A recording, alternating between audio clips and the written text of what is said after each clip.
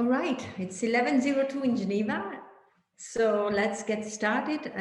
I see still people logging in, but let's try to move forward to keep within time. A very warm welcome to all of you joining us today for this second webinar for this specific piece of research. Today we'll be talking about mapping out Africa's response to COVID-19 impacts on transport and mobility, and we'll be talking you over through the findings of this report and the piece of research that we have, as IRF, been very pleased to conduct together with the Global Alliance of Road Safety NGOs, and thanks to the support of the High Volume Transport Applied Research Program, HVT program, funded by UK Aid. My name is Susana Zamataro. I'm the Director General of the International Road Federation. It's my great pleasure to be your moderator today for this session. With the help of technology, let's move to the next couple of slides so that I can give you a bit of a sense of who will be joining us as speakers today. I have the pleasure to welcome Lotte Brondum. She's the Executive Director of the Global Alliance of NGOs for Road Safety.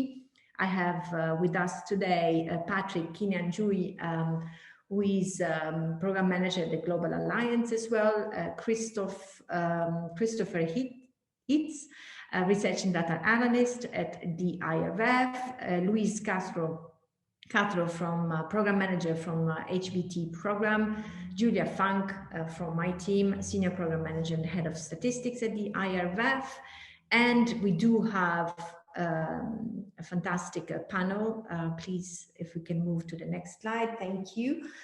Joining for the second part of the webinar and the panel discussion, a warm welcome as well to Irene Jiga, sorry for mispronouncing your name, Road Safety Engineer at the Kampala Capital City Authority in Uganda. Welcome, Irene. We have Vincent Vandera, Programs Manager at Safeway Right Way in Kenya. We should be joined, I am not sure he's still already with us, by Mr. Shehiko Margaye, Director of Ground Transport at the Ministry of Infrastructure and Ground Transport in Senegal. And last but not least, we have Kcca, Country Manager Amend in Mozambique. Maybe a quick overview for you of the agenda we have for this webinar, 90 minutes. So quite a lot to tell you within this 90 minutes. I'll pass soon the floor to Lotte for some welcoming remarks as well on behalf of the entire team behind this project and this piece of research. We'll pass the floor as well to Luis to give us the latest from the HVT program. Then the second part of the webinar will be dedicated roughly 25-30 minutes in presenting you this piece of work that has required us quite some effort, I have to say. And I have to thank here not only the teams, but as well all the correspondents, all the people that have been helping us locally on the ground in the 7 countries we have been covering with this piece of research. And last but not least, in the third part, we will engage in a short conversation and exchange with some of those fantastic people who have been helping us throughout this project. So the country representatives, we will hear both from public authorities with the first 2 speakers, and then we'll get the view from the NGOs as well. We will take as well some questions and answers at the end. We've roughly booked 30 minutes. Let's see how we managed to get there. So a couple of housekeeping rules for you. We have left the chat open, of course. Please feel free to use it to comment, to share information, to exchange with all those who are connected with us today. But if you want to put forward a question to any of the speakers, please use the question and answer function. You should see it on your navigation, Zoom navigation bar. In my case, it's a bottom right side. You will see Q&A. Please use that function to put forward question. Please make the questions short. And if you can, indicate right at the beginning to whom you are addressing the question. That will help us a lot. Thank you very much. With that, having said that, I think the last point I need to mention before we move forward with the first speakers, Julia, if you can move on the slides.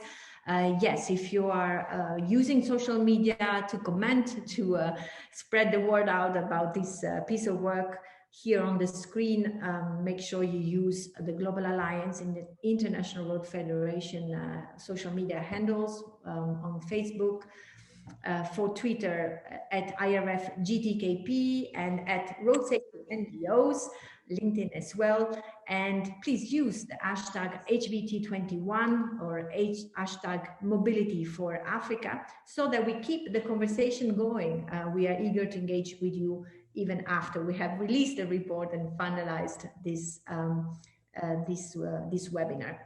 With that, without further ado, I'd like to now pass the floor to Lotte Brondum, Executive Director of the Global Alliance of Road Safety NGOs, for some welcoming remarks. Lotte, the floor is yours. Thank you very much, Susanna. I'd like to give you a warm welcome to this webinar. We and the RF team are very excited to have you here and to present the findings and recommendations from the study that we have conducted over the last 6 months, where we have mapped out the response to COVID-19 and the impacts on transport and mobility of people in 7 countries in Africa: Cameroon, Kenya, Morocco, Mozambique, Senegal, and Tanzania, and Uganda. This has been a long, exciting journey with a very, very strong team, where we've conducted desk reviews, qualitative and quantitative studies. And it has been made possible by the funding from the UK government and the support from the high volume transport team, Louise's team, who's here with us today. I would like to thank the speakers and all the participants who are here with us today. Susanna has been through sort of some of the practical ones, so let me just start talking a little bit about why the RF, the International Road Federation, and the Global Alliance, that we have been conducting the study, and it has been a really, really strong partnership for a number of reasons. So since we analyzed and set out to analyze the COVID-19 response measures taken by these 7 countries, we found that RF's strengths and their expertise is really in their network with decision makers at that level, and access and expertise in analysis of policy and regulatory information. Their strength is also in data-driven approach and their access to data and their analytical skills. They're so very well suited to gather information on policy, regulation, responses to COVID-19, which we set out to do both in public transport, formal and informal, urban mobility, private vehicles, walking and cycling. This study also looked at how COVID responses measures were impacting people and really the overall well-being of people and communities. And this is where the Global Alliance came in. We, at the Global Alliance, is a network of NGOs, and we have a very strong membership base in across Africa. We are embedded in the communities and in the members' reality, and we are data-driven, and we have very strong research skills. So combining the research and access to grassroots level have really helped putting this stuff together to bring out the perspectives from everyday lives of people. So we have been very well suited to access information on the impact on local communities on road safety that we'll hear about here, civil society perspectives, and on the impact of COVID-19. So just a little bit about why this group of RF and the Global Alliance have been working together. I will stop here. I'd like to thank RF. I'd like to thank all the NGOs who have been involved, all the key informants, everybody who's been helping with gathering this information, all the people who have been involved, and thank you very much to UK Aid for your facilitating that we could do this. Thank you very much. Thanks to you, Lotte. And yes, we'll be happy to share with you the findings and the behind the scenes of all this work. It has not been an easy journey for some of the reasons that you will hear from the different teams. And it has been an extreme pleasure to work hand in hand, combining this expertise of IRF and the Global Alliance. At the end of the day, we all do this work for people, and people are really central to IRF's mission as it is for the Global Alliance. Without further ado now, I'd like to pass the floor to Luis Castro, Program Manager, the High Volume Transport Applied Research Program, HVT, for Luis to give us some updates on the program and also an overview of all the great pieces of research they have been funding. Luis, the floor is yours. Thank you, Susanna. Good morning, everyone. Good afternoon or good evening, depending on where you are. As Susanna said, my name is Louise Cathro, and I'm the Program Manager for the High Volume Transport Program. Can you move to the next slide, please? Thank you. Transport is responsible for 24% of energy-related greenhouse gas emissions and kills nearly 50,000 people each week through pollution and accidents. But it is also the key to economic development in low-income countries. HVT is funded by FCDO and managed by IMC Worldwide, and the program aims to make life better for the people living in low-income countries by developing better transport systems. So there's a pressing need to transform transport in these countries, but there's a lack of applicable evidence to inform important investments in a rapidly changing climate and transport environment. The program is quite innovative in its approach and unique in the space that it covers. It is the only known transport research program dedicated to high volume transport in low-income countries.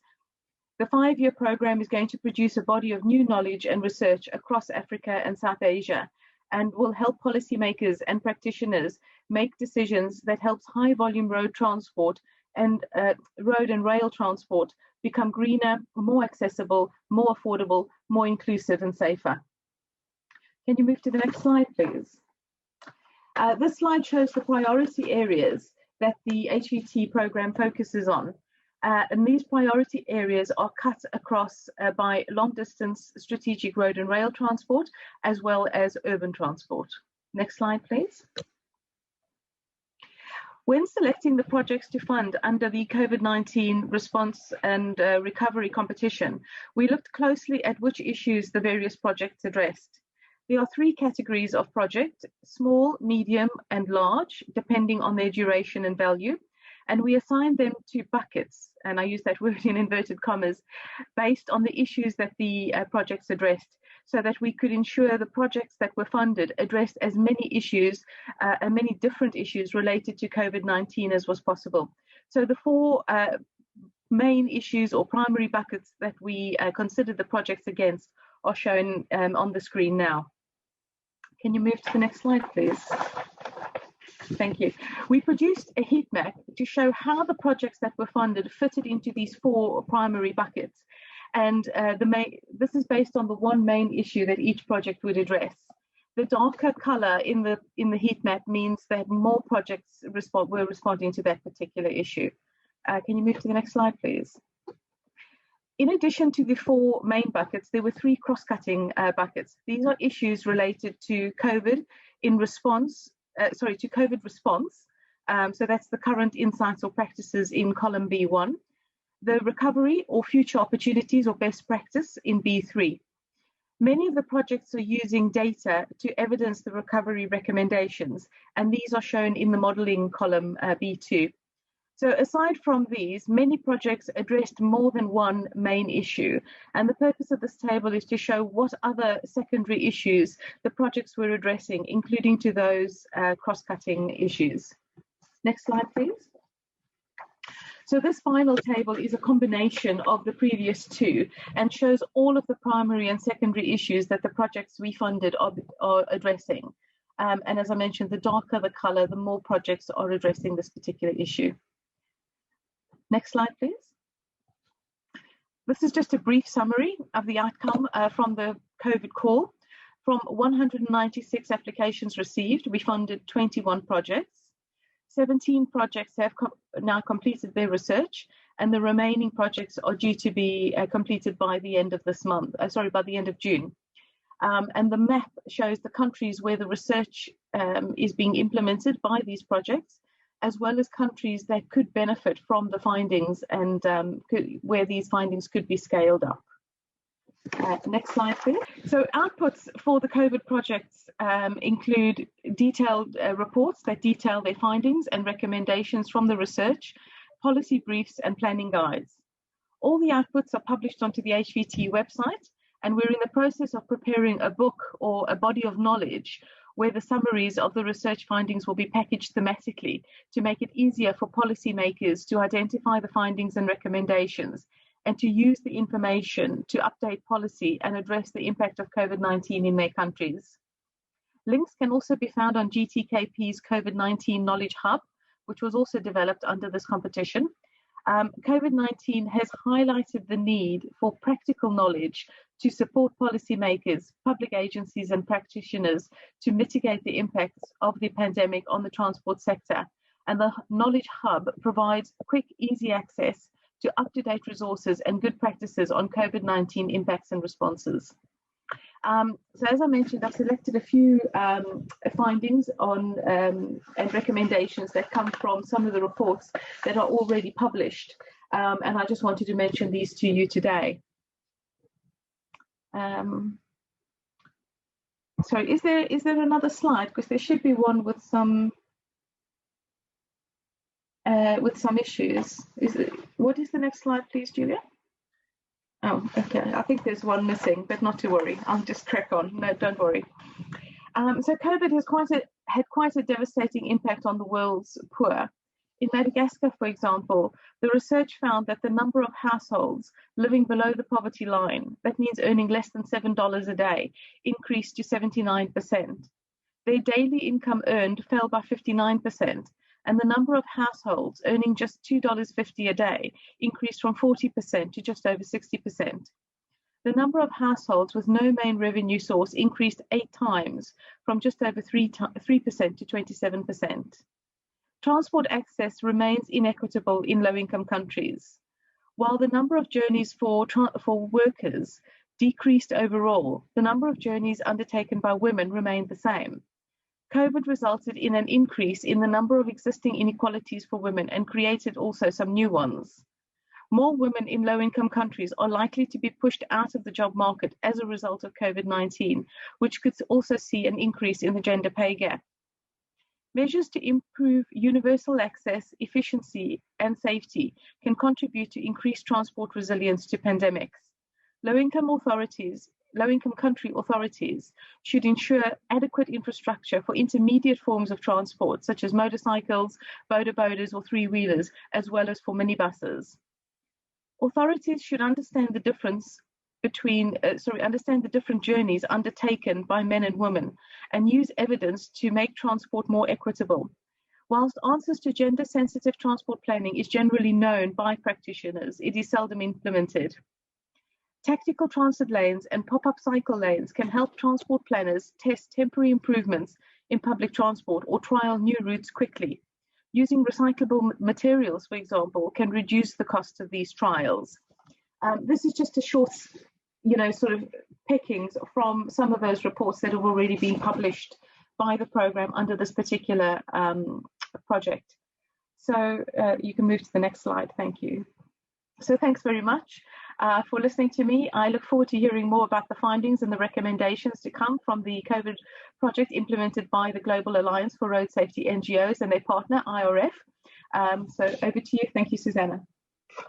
Thank you very much, Louise. And it gives me also the opportunity to remind everyone that we are recording the webinar and we'll make sure you get access to the recordings plus all the presentations that will be shared with you today.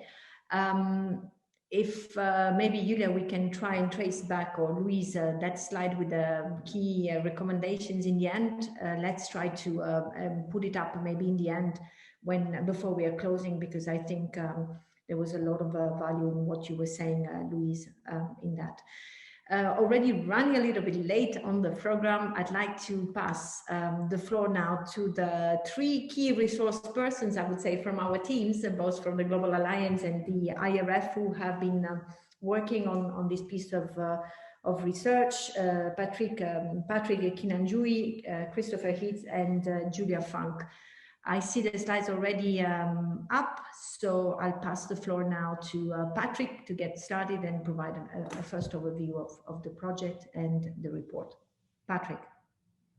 Thank you very much, Susanna, and the previous speakers, Lotte and Luis. I am going to take these a few minutes just to go through the methods of the research and the approach we took. And this is quite brief because mostly we want to look at how the data was analyzed and also focus on the findings as well as the recommendations. So it's against the backdrop in which Luis has really described quite well of the HVT and the focus on low and medium income countries and specifically Africa. So we were part of the team that are qualified to do the research, especially on the COVID and recovery. And so our research title, as you can see, is Response to COVID-19 and its impact on transport and mobility of people and goods. So essentially, we are looking at, based on our strength, the policy from the policy level, as well as the actual implementation and trickle down to the practice, what was on the ground from the people. And we took this in 7 countries, were distributed, as you can see on the map, the Eastern, Mid-Central Africa, West, and the North. So the 7 countries are there and they were represented in all the aspect of the research. Moving on, we really wanted to look at the African continent. Actually, we could not look at the whole African continent, but taking those 7 countries, we could really sort of use that to extrapolate the sort of peculiar things that the African continent was doing in response to COVID. And the idea here was to provide, as Luisa said, we need more evidence to actually inform and direct and even the design of policies so that there is harmony between the design of the policy design as well as the implementation and the way that responding to people needs in terms of transport and mobility. And therefore, we undertook that. And moving on, the research questions, therefore, are based on 3 main areas: the government response, which will be now the policy design, and also the regularization of the policies. The second one was the enablers, the institutions that were supposed to really actually implement these particular responses, which are like restrictions and containment measures. And mostly, of course, our institutions were based on what the institutions that are directly involved with transport, public transport, and in terms of mobility needs of people and goods. And finally, the question was to look at what was emerging as the best practice when you look at the policy and its implementation. And then, therefore, in our approach, if you could move next slide, you see that what we found to be quite interesting and rich is approaching these questions, approaching the research from 2 sides. That's the bottom-up approach and the top-bottom approach to see how the balance can be, we can tilt the scale to have a balance that whatever policies are designed, they are able to reflect and to respond to the needs at the community level or at the grassroots level. So the type of evidence we generate is that we want to look at the first analysis because COVID was new, the first analysis of of response and in Africa and the peculiarities or the uniqueness that may be found in the response in Africa, and learning from that, we are able to extrapolate and see what really can we say about Africa that is based on evidence rather than just the sentiments. So in the methodology, therefore, we had actually quickly looking at desk review that was extensive, and this was of course on mobility. Chris will talk more about that. Mobility data. Then we had a lot of online questionnaires to specific people, stakeholders, and also we went ahead and did key informants where possible with the relevant stakeholders. And we also did focus group discussions at the community level with the NGOs that were able to mobilize different kinds of road users. And here we are talking about drivers, passengers. We also have, cyclists, pedestrians, all kinds of road users were involved in the focus group discussions to try and get what were they feeling, what was their experiences during the COVID, and what were their perspectives. And all these were collated, therefore, and analyzed together and formed our recommendations, sort of the findings and the recommendations. So I'll stop there and hand over to Chris, who will take us through the data, and then Yulia will come in with the recommendations and findings. Thank you. So Patrick, thank you very much for passing the floor to me and for giving us a brief overview about your approach. So in the upcoming section, we want to get our hands on some data and statistics.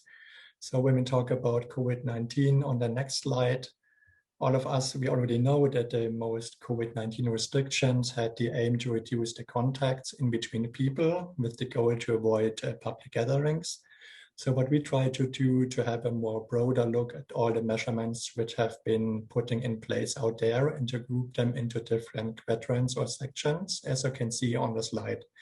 So we were very much interested at the beginning of our research, actually to know who initiated them, and then what kind of impact specific measures had, especially on the transport and mobility sector. So as we can see on the slide, on the more left side of the slide, we can see what kind of measures have been taken which are reducing the mobility. And then on the right side of the slide, we can in general see what kind of measures have led to an adoption of the mobility sector. And then on the vertical axis, you can see how the public sector has handled these implementations and how the private sector has handled these measures. So for example, if we look at the upper left quadrant, we can, for example, see that work from home measures, they lead to, of course, to a mobility reduction. And how have these been handled? If we look at the upper right quadrant, we can, for example, see that reducing the capacity was more initiated by the private sector. So from this very coarse-grained view, we want to go to the next slide and to have a more detailed view on the containment and closing policies which have been chosen. And we especially want to see how the individual governments in our 7 focus countries, from Cameroon, Kenya, Morocco, all over to Uganda, have responded to the pandemic. So what you can see here, you can see a heat map. The data from that heat map shows you how over the whole year of 2020, from March to December, how different governments have implemented what kind of measure and to what level of severity. So we took those data from the Oxford COVID-19 government response tracker. And these data sets, which are available online, they collect systematically information first on which government have taken which kind of measures, and then additionally, when they have taken these measures and to what extent, to what severity level. The severity level, you can see them in different shades of blue. So one example would be to look at the travel controls at international airports, like shown on this graph. And for example, you can see, if we look at the second line of that graph, that Kenya, amongst many other countries, has started with temperature screening at international airports before they moved at the end of March already to the highest severity level, which means that they initiated a ban on all regions or even a total border closure. If we look at Uganda, for example, that's the last line in this figure, we can clearly see that Uganda has started to quarantine arrivals for some or for very specific regions. And then like in mid-June and at the end of June, they raised that level to the highest one, which is like a ban on all regions or even a total border closure. So the key takeaway from that slide is that different governments have initiated different measures to very specific points in time, and also for a different duration. And for sure, these informations are not complete because, for example, it says ban on all regions or total border closure, which is quite different. So we needed more information to get more pinpoint activities on the ground. Therefore, on the next slide, we took like a coarser view on how the pandemic has impacted different regions in the world. So we asked the question, how did mobility change across the globe? For this, we took data of the Google Data Analytics team to see how community is moving around differently due to COVID-19. So these Google community reports, they provide you with a lot of insights into what has changed in the kind of responses to policies aimed at combating COVID-19.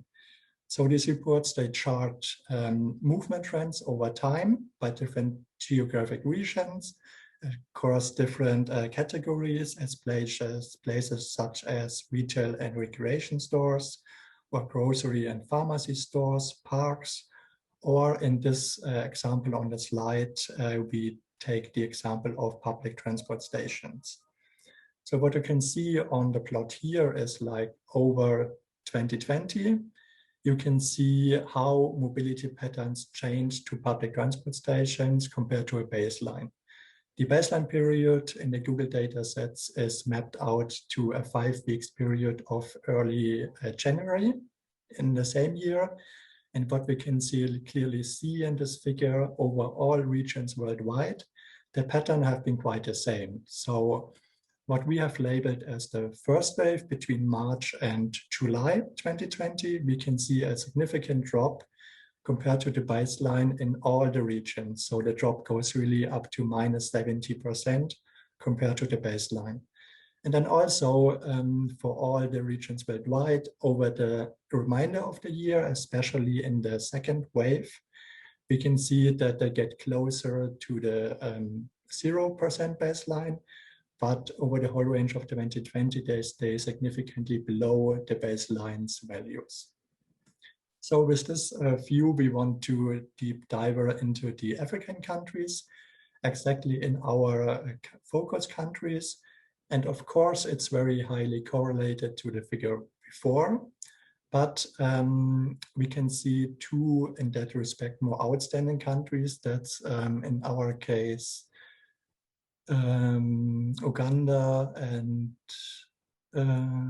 Morocco. So they experience declines of up to -70%, especially in the range between March and July.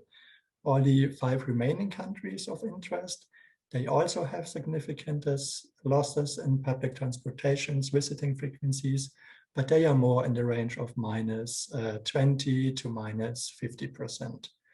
Then over the remainder of the year, all the values increase again. So they get more towards the 0% baseline percentage change, but they are still significantly lower than before.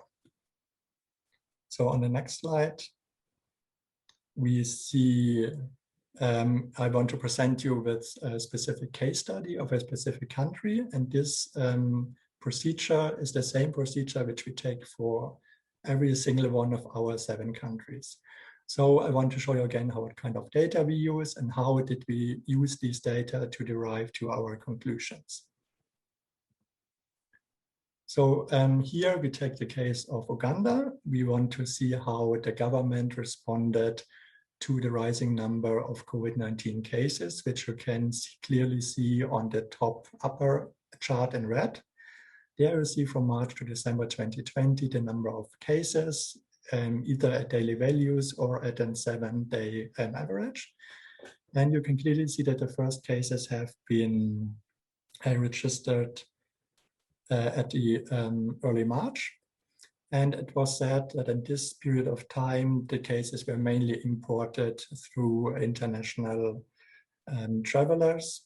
And then you can also see that starting in September, the number of cases were rising again.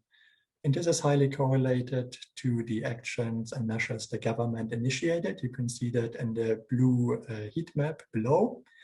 There we took the example of closure of public transport systems, which is the top part of the blue figure. And we also had a look at the internal movement restrictions. So we can see that they are grouped into different categories. So for example, if you look at the top line, like closure of public transport systems, we can see that gray indicates that no measures have been taken. That's more or less the case at the beginning of March 2020. And then it was immediately jumped to the highest of 2 categories, which means that it was required to close the public transport systems. And in the remainder of the year, starting in August 2020, the level of severity was eased again. So it was only recommended to close the public transportation system regarding its volume or the routes the different modes of transports can take, or the passenger capacity reductions. If we move to the lower part, internal movements, we can also see that at the beginning there have been not taken any measures at all. And then there was a very long period where it was recommended not to travel between regions or cities, only interrupted by a short period of like a couple of weeks in mid-June. So on the next slide, we want to dive deeper what these measurements had of an effect on the mobility development of the public transport sector. So again, we have a mapping between government measures to the top graph.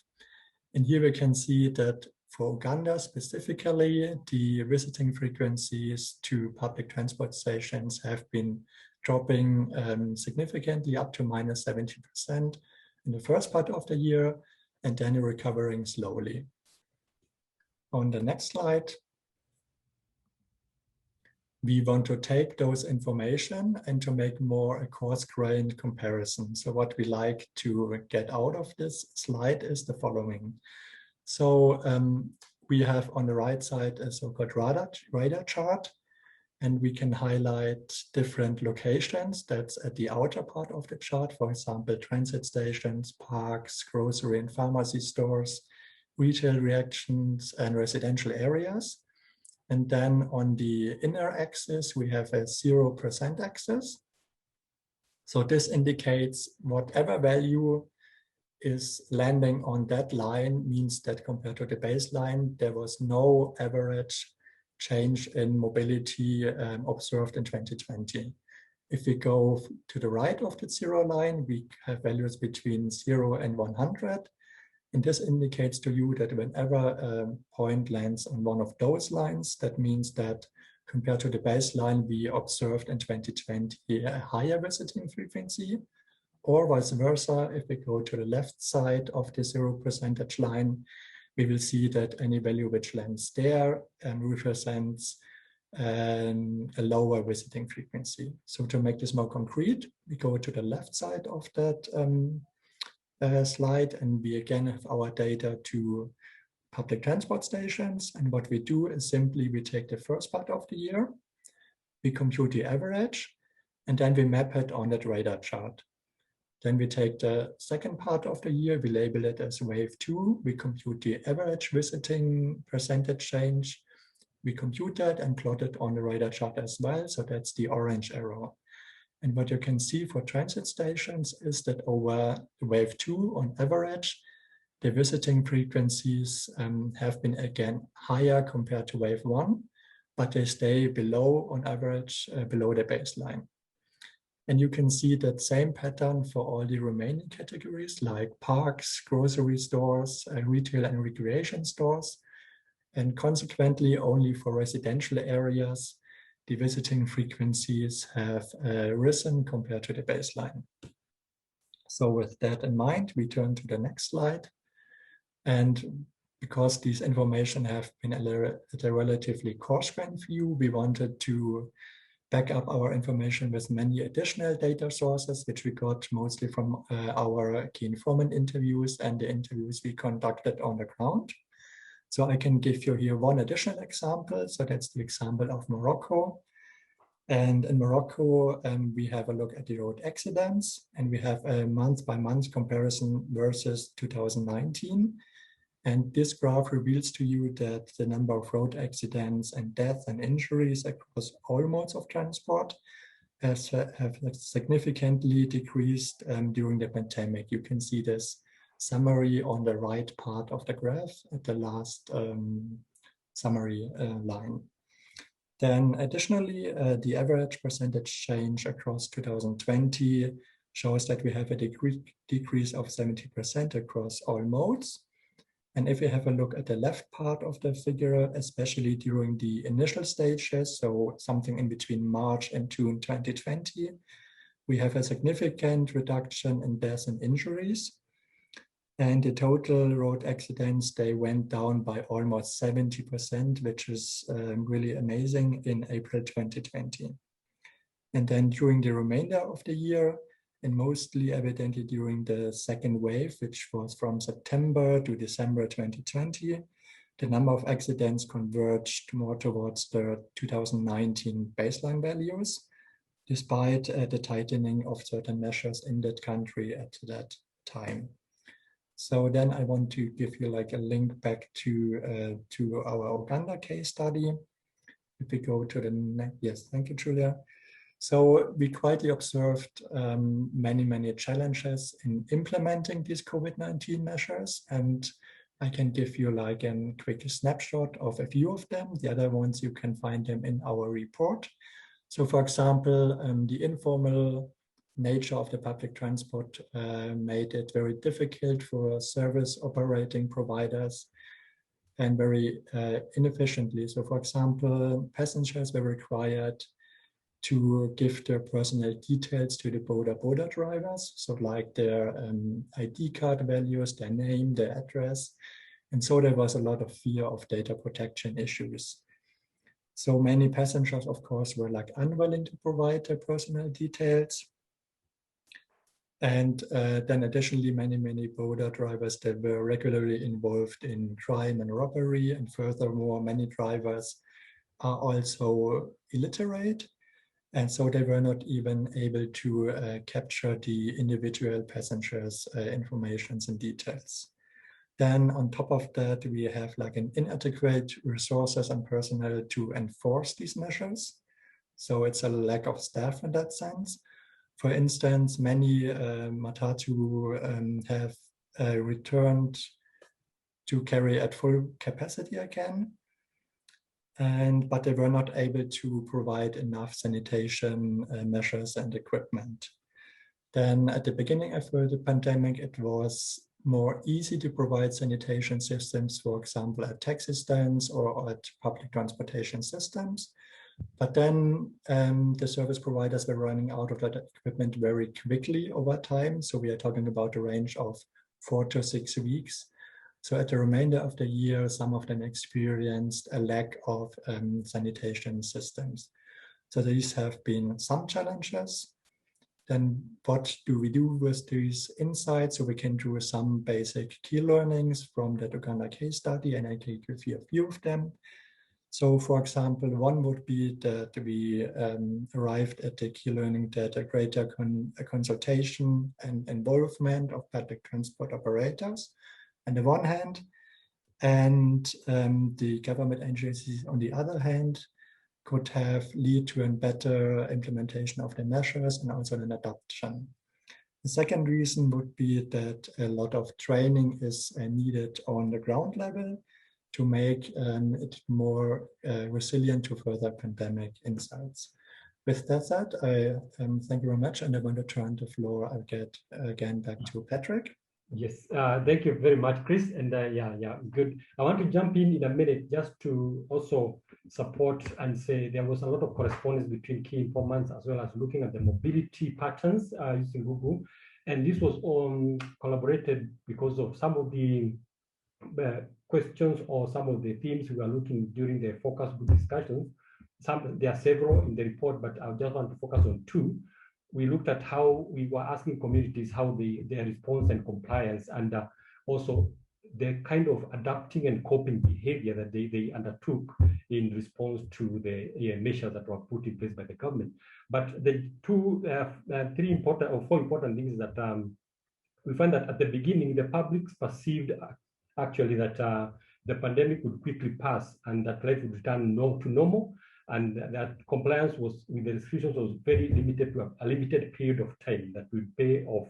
But then as time continued, the comparative feeling was waning off, and people were trying now to see, do I compromise between when the livelihoods came into a great concern, then there was a lot of need for adaptation, and this could be adapting to either to survive or to not to get the disease. And also at the beginning, the enforcement was quite, the committee observed there was a lot of enforcement at the beginning, but again, also in terms of enforcement, everybody thought things would ease up over time, and therefore enforcement was getting a bit less towards as the pandemic continued. So communities would adopt and they have coping behavior. And the positive ones and the negative ones have been used also to derive our key learnings as well as our recommendations and findings. So people, for example, have said they were walking more and more longer distances and opting to cycling. And transport companies said they were getting more, they had to be more organized to optimize their transport procedures so that they're able to make profit even when things were very tough. Then some drivers, like long distance drivers, they were saying they had more resting time, and passengers in terminal, as you saw the movement to the bus stations and terminals, there was less crowding, so it was more organized, and these were like very good desirable aspects of behavior that were undertaken because in response to COVID by the communities. But then there were a few other things that were not desirable, like the hiking of bus fare, drivers increasing speed to cover more trips. Then there was in some countries unconventional modes of transport. People are hitchhiking on lorries, trucks, private cars, and all kinds of manner of transportation, including also trying to bypass the regular routes so that you bypass checkpoints, especially between interurban movement, and elements of enforcement becoming a bit too tough, then there would be compromise and there would be a bit of corruption and bribery going on. So all these are aspects that came out from the community, but more can be found in the report. But again, just to support that, now this is condensed to what now Julia will come in and move to the key findings. Julia, I give the floor to you. Yes, thank you so much, Patrick and Chris, for those insights on the project and the kind of work that we conducted. And as Patrick just said, I'll take us through some of the key findings and recommendations. And for these, we really brought everything together. So as Patrick and Chris both mentioned, we first started with the desk review, looking at data that is publicly available. We had a lot of key informant interviews. We had focus group discussions, and last but not least, we made these detailed case studies where we really tried to learn from the challenges and learnings that we brought out from these. And so what I would like to do right now is to take us through some of the 7 key findings that we came up with, as well as the 4 key recommendations. So firstly, one item that came out very clearly from all of the case studies was that creating a national task force with regular consultations and follow-up meetings is really essential to allow time-sensitive and extensive collaboration among the various ministries, the national police, and other vital bodies. And it can really enable fast and effective results. And alongside this, it remains vital to continuously maintain proactive communication regarding the development of the issue at hand. So for example, the COVID-19 case numbers, because it's only through robust and updated data that the severity of the situation can really be assessed, and that appropriate actions for all sectors, including, of course, the transport sector, can be implemented. Secondly, we found that it's very key to integrate representatives of the informal transportation sector, for example, such as Boda Boda associations, in the design and implementation process of measures against the spread of the virus. And greater consultation and involvement of all public transport operators can really heighten their understanding of the situation, and can also enable more practical and effective measures and standard operating procedures, avoiding potential pitfalls that might not be immediately obvious to classical decision makers and advisors.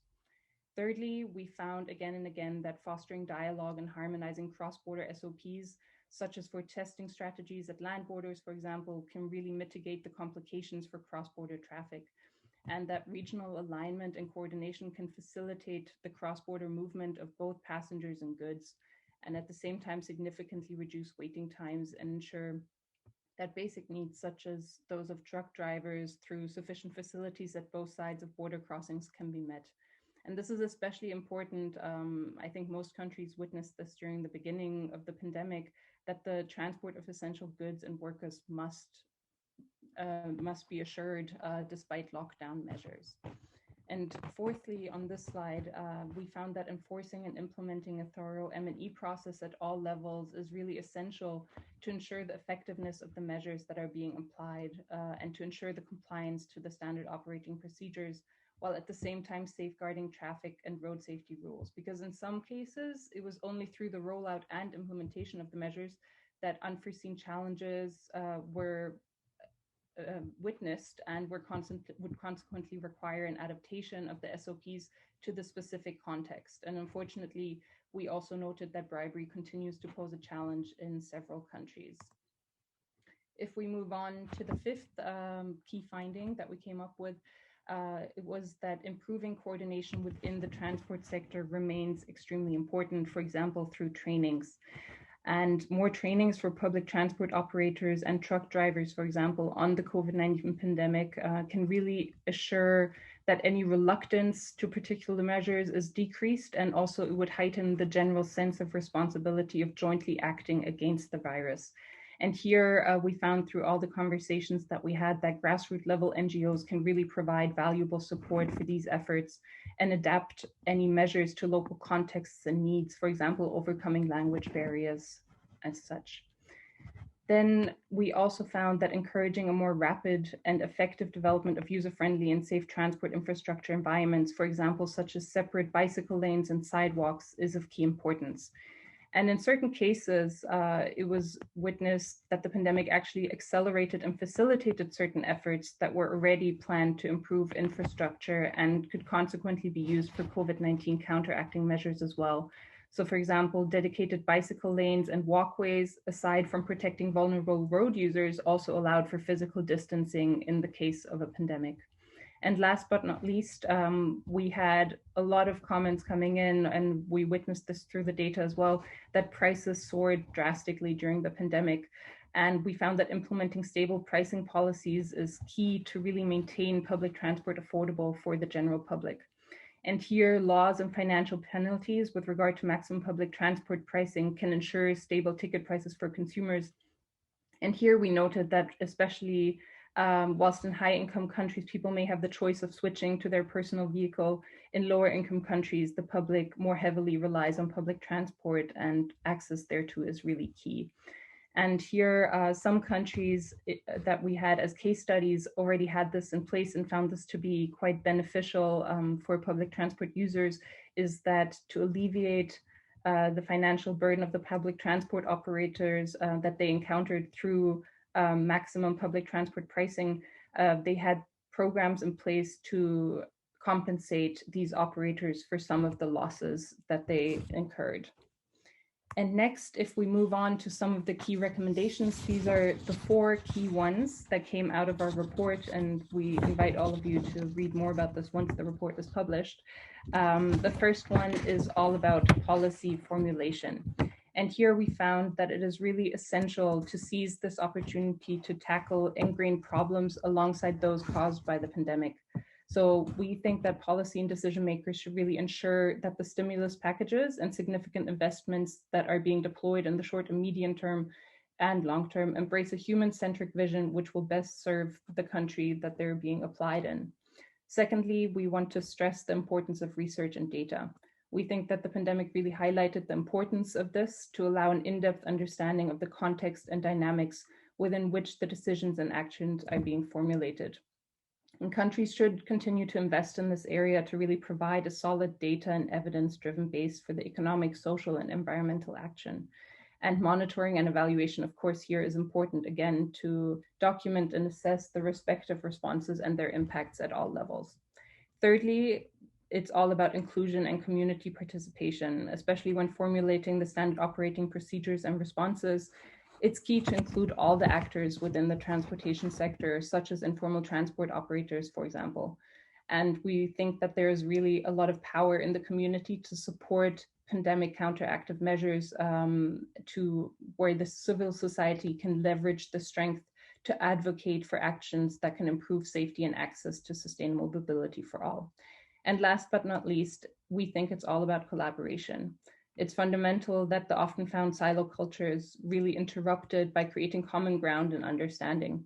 And it's only through the power of partnerships and cooperation that policies and measures can reach their full potential. And this really applies on a national, regional, and international level, especially when combating a challenge such as a pandemic, which knows no borders. And with this, I would like to close for this part and hand back to Susanna for the panel discussion. Thank you. Thank you so much, Julia, Chris, and Patrick for offering us and all the people attending the webinar today a comprehensive overview of the report and the what we have been doing. There's a lot more details in the report that will be soon coming out. We'll come back to that at the end of this webinar. Please stay with us. So we're running a little bit late, but it's with great pleasure now that I'd like to turn to our distinguished panel, also because that would give us the opportunity to hear directly from people in the countries we have been working on. Again, I'd like to welcome Irene Namujiga from the Kampala Capital City Authority, Mr. Vincent Bandera from Safeway Rightway in Kenya. We should have somebody online from Cameroon. I think Mr. Kamara, the Director of Roads from the ministry in Senegal, was connected with us at the beginning. I know he's in and out because of a meeting that is going on, and they're about to leave on a mission with the president. So we'll see if we manage to get on board later. And we do have as well Kcca from Amend in Mozambique. But let me turn to you, Irene, and ask you to stop sharing the slides so I can see the speakers on the screen. Irene, let me turn to you immediately with a question. You've heard the findings from the analysis from the report. To what extent do the key findings and the recommendations of the report resonate with your own experience in Uganda? Irene, the floor is yours. Thank you, Suzanne. Thank you, Julia.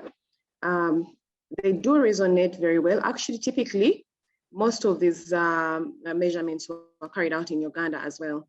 For example, on the 18th March, all schools were closed. All religious gatherings were suspended, hence this reduced mobility to essential services. We also had measurements and restrictions starting at the airport, testing, wearing of masks, and temperature measurements. And on 22nd March, I think that's the first time we had a COVID case. The airport was declared closed by the president of Uganda. And also all borders along Uganda or across Uganda were all closed to be able to curb and to stop the spread of COVID. And also it allowed our government to align a task force that was able to trace all the contacts of the cases and also to have most of the infected people self-isolate or isolated in the identified areas.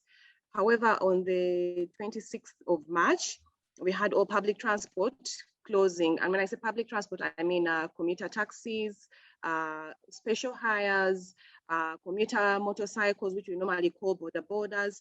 All these were closed and were suspended from movement. Movement was allowed by private vehicles to a maximum of 3 passengers. Hence, it was very difficult to hold any big or massive gatherings. Consequently, a total lockdown resulted for 14 days because cases were starting to rise in Uganda and wanted to curb the rise of the cases.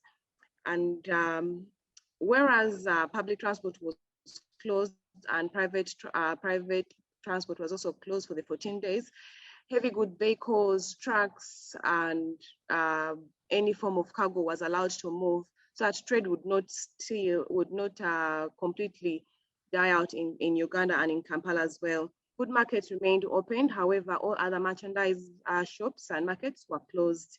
On the 2nd of April, the government under the Ministry of Works issued movement stickers to essential workers, for example, medical personnel, government employees, task force, banks or bank representatives, so that some form of movement would remain to allow for small works to continue, or at least for the tracing of the contacts to continue, because most of the people were home. Labor had become a bit short. Generally, in my view, these are very typical of what happened in Kampala and in Uganda. Kcca vehicles became emergency vehicles, and all government employees somehow became task force. And this is typical of what happened in Kampala. Yes, thank you so much, Irene. Was there anything unexpected for you in the findings of the report which have been presented to you? No, I don't think anything was unexpected. The research was well done, and I think it covers all the aspects. It includes even road safety and shows that we had less numbers of road safety fatalities and injuries because most of the mobility or most of the people were at home and vehicles were not moving. So because it's able to capture the reduction in numbers of road safety cases, I think it has covered everything. Thank you so much. And one of the questions, because I saw as well in the question and answer, I think somebody made a question comment about that. Can the findings of this report help shape your work at Kcca? And if so, of course, in what way? Yes, the findings are very useful to Kcca. And you find that most of the findings or most of the recommendations have been already included in the work that we're currently doing. For example, integrating representatives of the informal transportation sector. We had the lockdown eased and borders allowed to work. However, we had not included them in the SOPs, in the planning of the SOPs, why we needed the SOPs and why they needed to carry them forward. So we found that as soon as we eased the lockdown or we eased the transport restrictions on them, they were carrying on business as usual, which became a bit defeatist. And also implementing a thorough M&E process, that one is definitely useful in our current work, as tracing contacts of COVID patients is impossible. And if you do not have an M&E around to show you what you can do better, that becomes a bit difficult as well. The other thing that I think is necessary is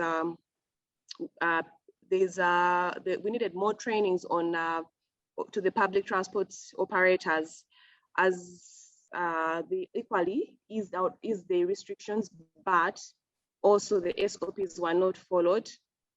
SOPs were not followed because they hadn't fully understood why. You found their masks were down, they were carrying more passengers than they should. And if we didn't have the police trying to enforce in the first days, even that wouldn't have happened. Basically, all the good work that was, all the good SOPs that were proposed by the government became a bit defeatist because our own people were not carrying them forward. We're also encouraging a more rapid and effective user-friendly safe transport. During the lockdown, we opened up the NMT corridor. That's the pilot NMT corridor. That's the first one in Uganda and in Kampala as well. And you see that now the government is encouraging the use of walking and cycling and all the other forms of NMT, basically because they're not only active, but they're more sustainable in the long run. Also, we had we have the Ministry of Works and Kcca working with stakeholders on regulating the existing public transport sector. Because of the lack of regulation, we had almost all our efforts. We were not able to disseminate all our efforts, all the SOPs, all the measures that we wanted in the public transport sector. So I think, yes, it is very relatable and very useful to Kcca and the government as well. Thank you. Thank you so much, Irene, and great to hear that as well. I see that in the meantime, the Senegal representative has joined us. It's either Mr. Gaye or Mr. Camara. Are you with us on the line? Can you open up your microphone and if you can, your camera as well? Let's see if we manage to get them. Bonjour, good morning. Good morning. Is this Mr. Camara or Mr. Gaye? It's Mr. Camara, but I had a meeting with my minister. That's why I was connected first, and I get out to answer him and come back. But I try to do my my speech in French. It's easier for me, even if I speak English.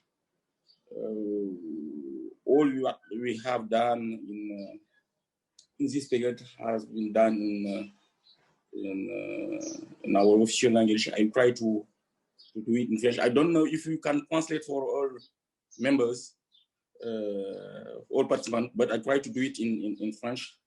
It's easier for me. My English is not so bad, but I do it in French. Okay, we'll make the French-speaking people joining us happy.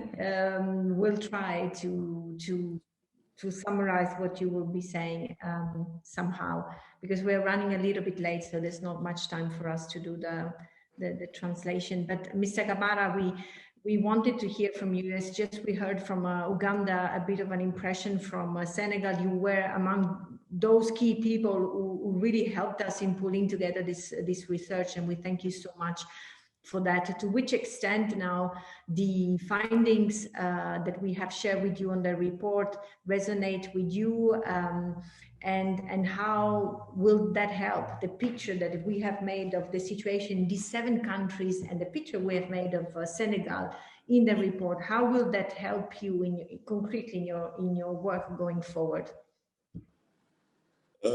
Merci beaucoup. Je pense que le travail qui a été fait permet aux différents pays qui ont échangé, en tout cas pendant cette période de COVID-19.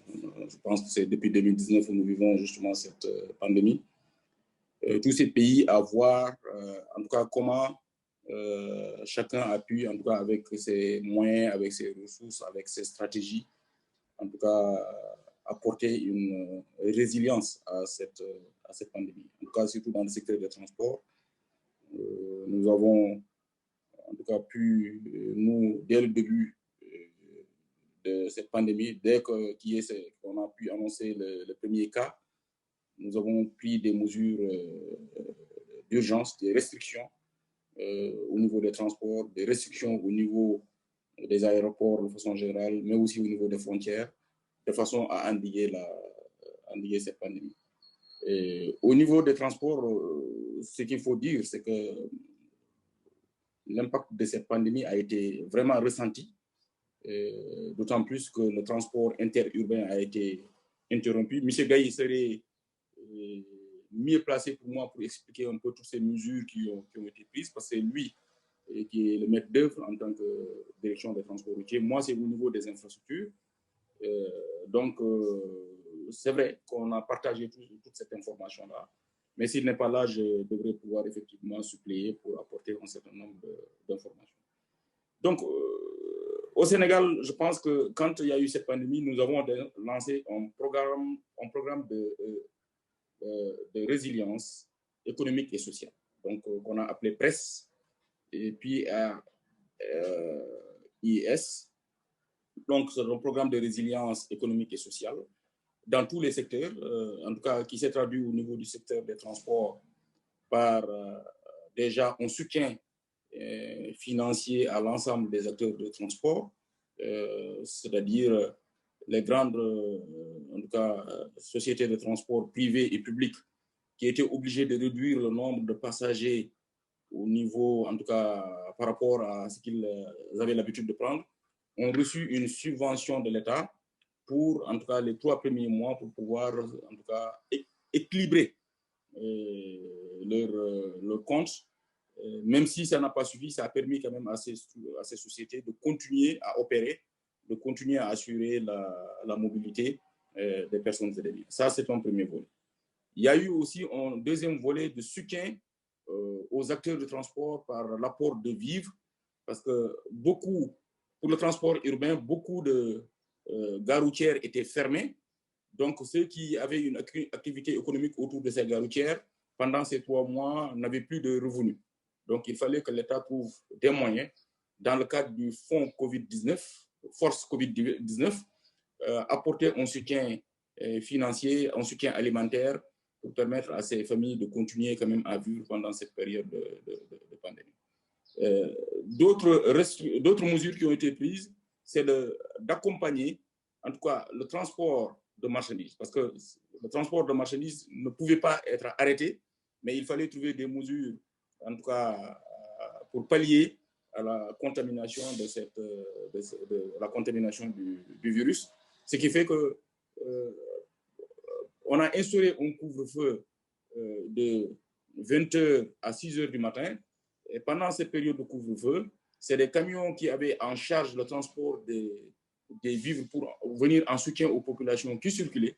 Et dans la journée, tous ces camions de marchandises qui faisaient, en tout cas, les corridors jusqu'à Bamako, jusqu'au-delà, pouvaient quand même circuler librement. Donc, ce qui fait que le transport de marchandises était moins impacté que le transport voyageur, parce que tout simplement, le port de Dakar continue aussi à opérer. Donc, ça, c'est des mesures qui sont, des mesures comme ça qui sont prises à notre niveau.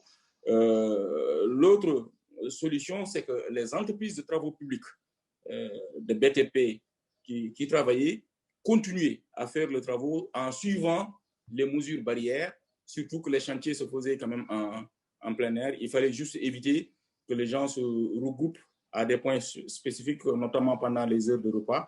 Et ça, je pense que les entreprises étaient sensibilisées pour prendre en charge ce genre de mesures. Ce qui fait que l'activité économique à ce niveau continuait quand même à se poursuivre.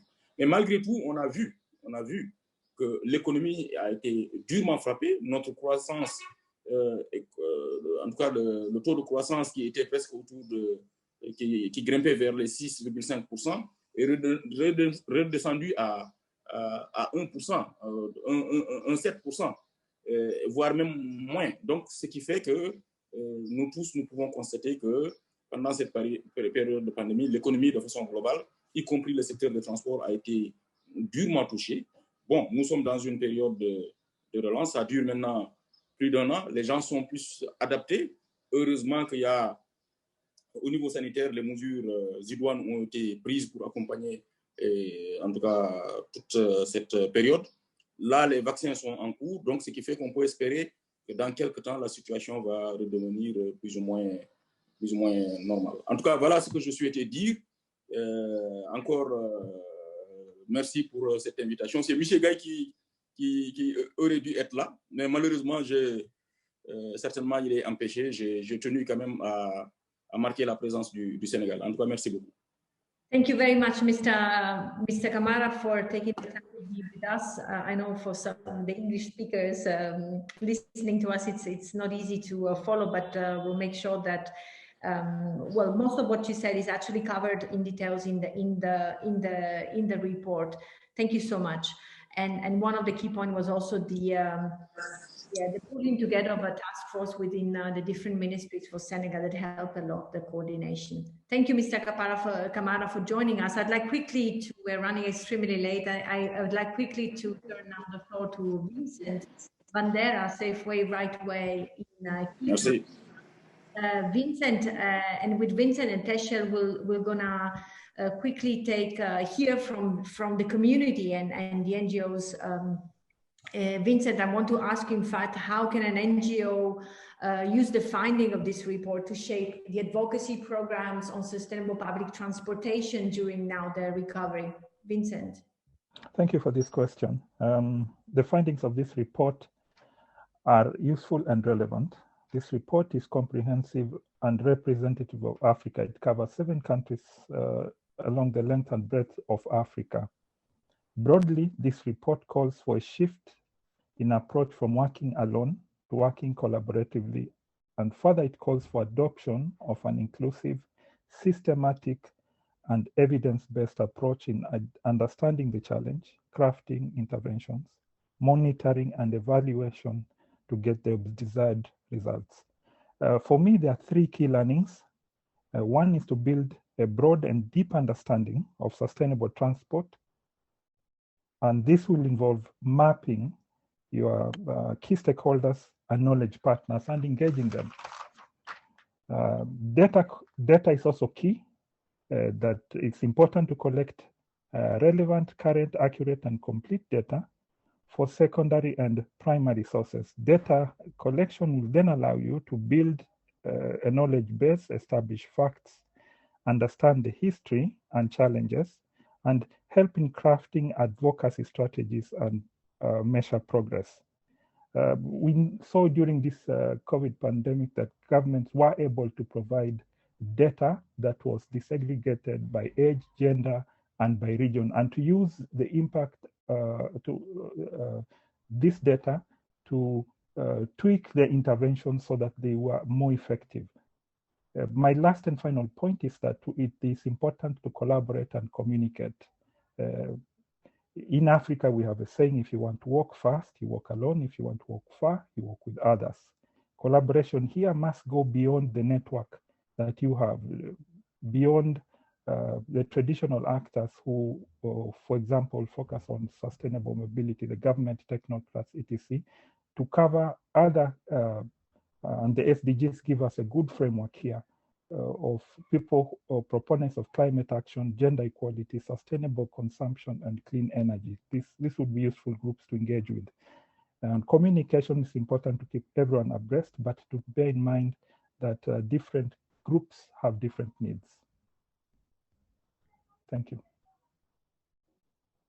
I think my microphone was closed. Thank you very much, Vincent. And a quick follow-up question to you, as I was checking as well the question and answer. So how do you see public authorities help in that respect, and what should their role be? For sustainable transport, governments play a critical role.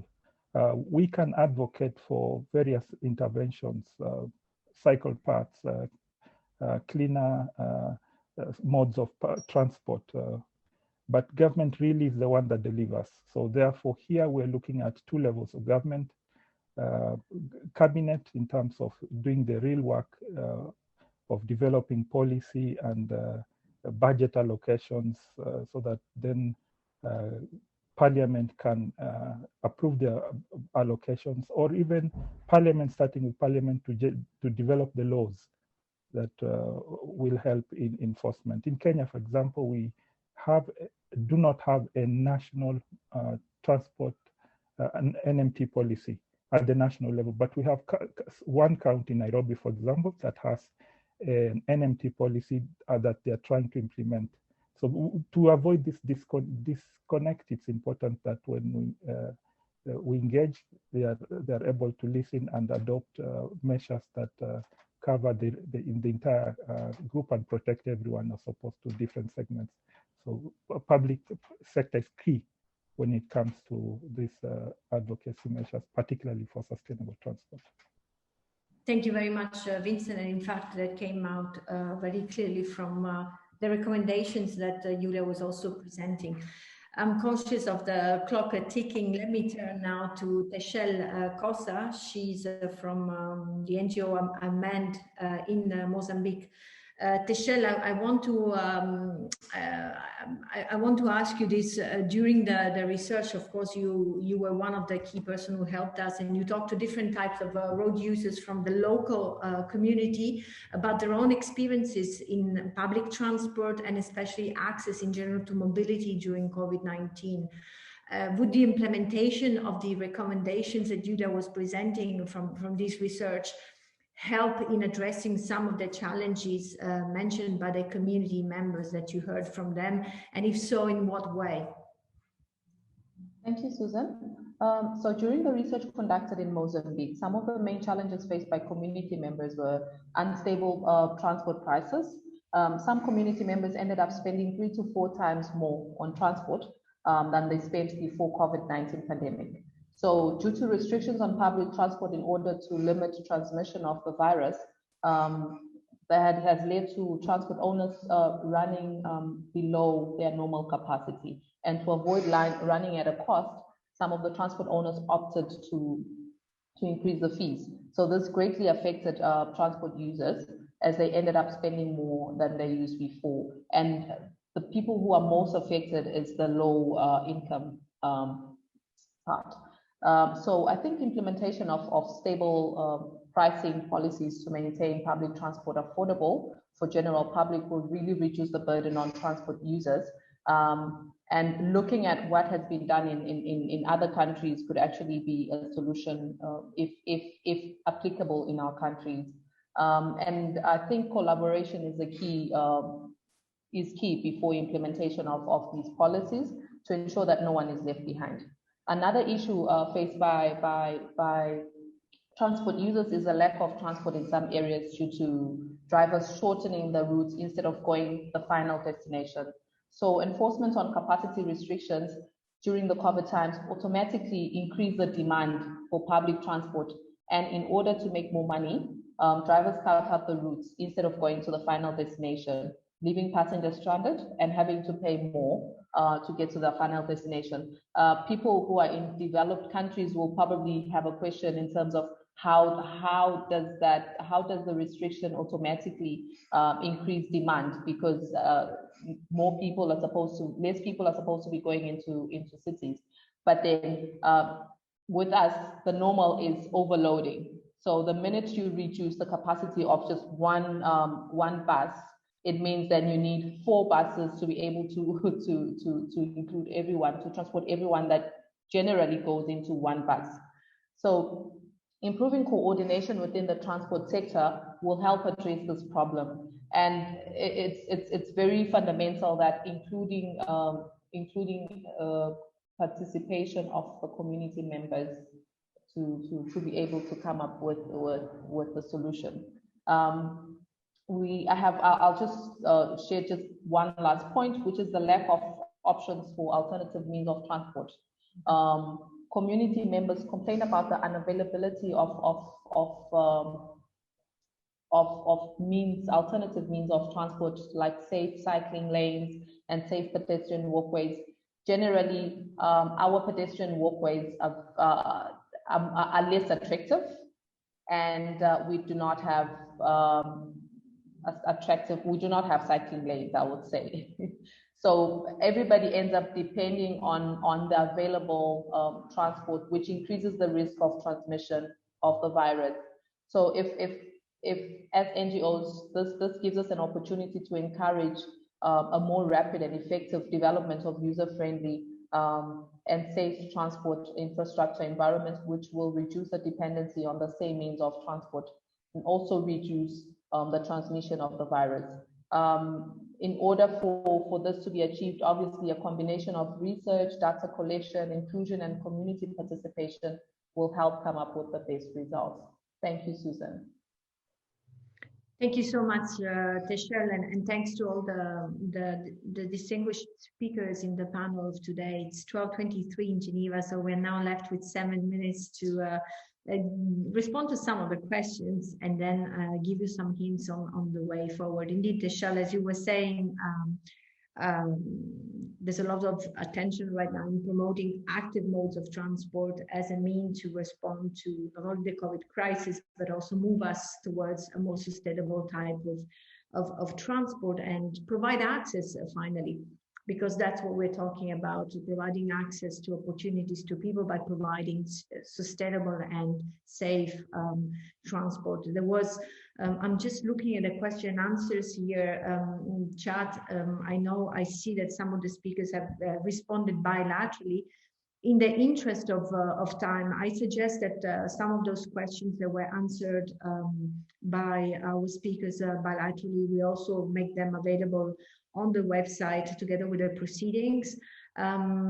Somebody was, well, there were a couple of comments, whether there's any research related to level of risk of spreading COVID-19 of the various modes of transport.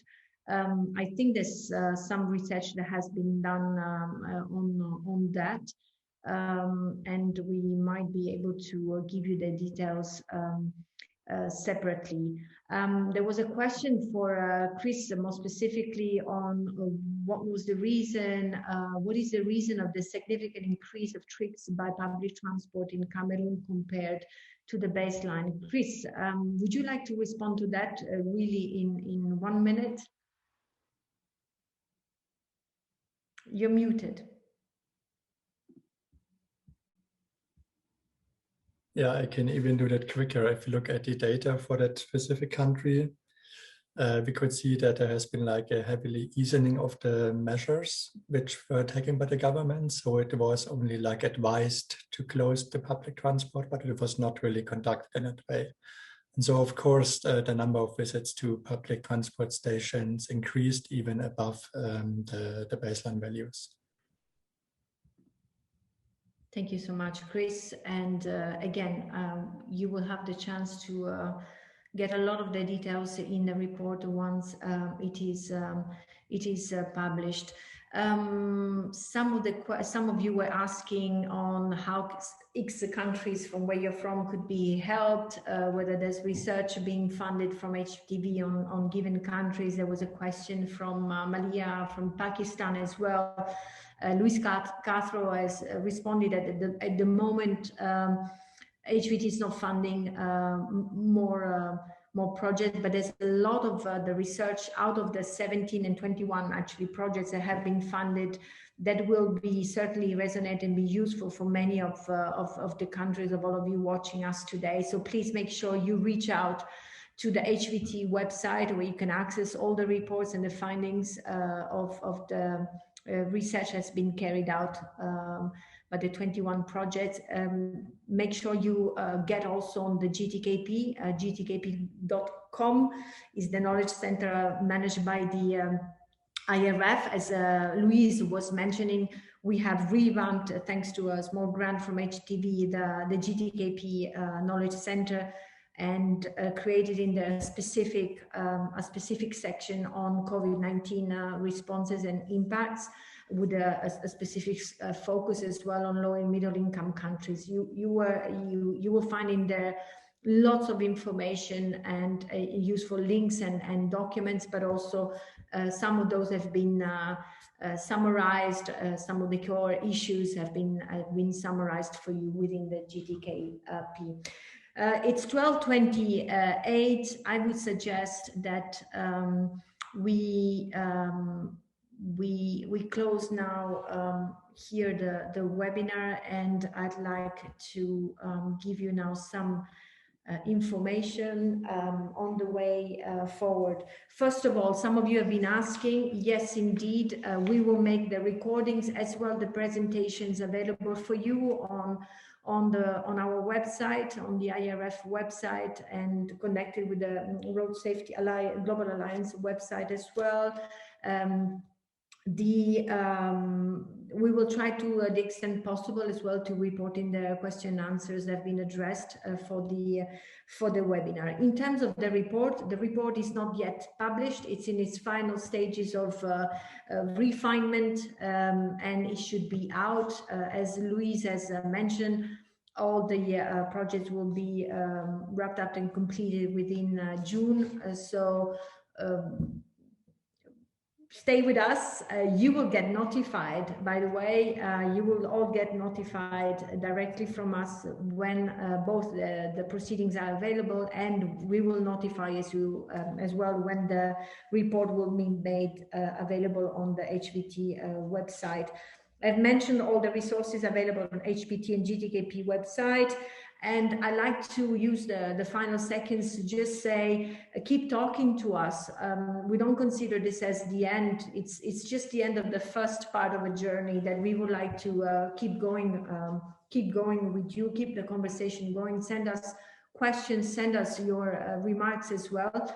We would be eager as well to organize further webinars to deep dive in some of the countries or some of the issues that you feel need us to get together and discuss. So please feel free to reach out to the Global Alliance or to IRF. It's the same team, and with your suggestion in that respect.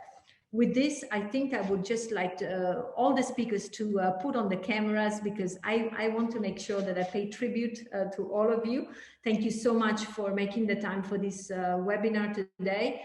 I need to thank the teams, both in IRF and on the Global Alliance. It has been a fantastic journey and learning journey for all of us.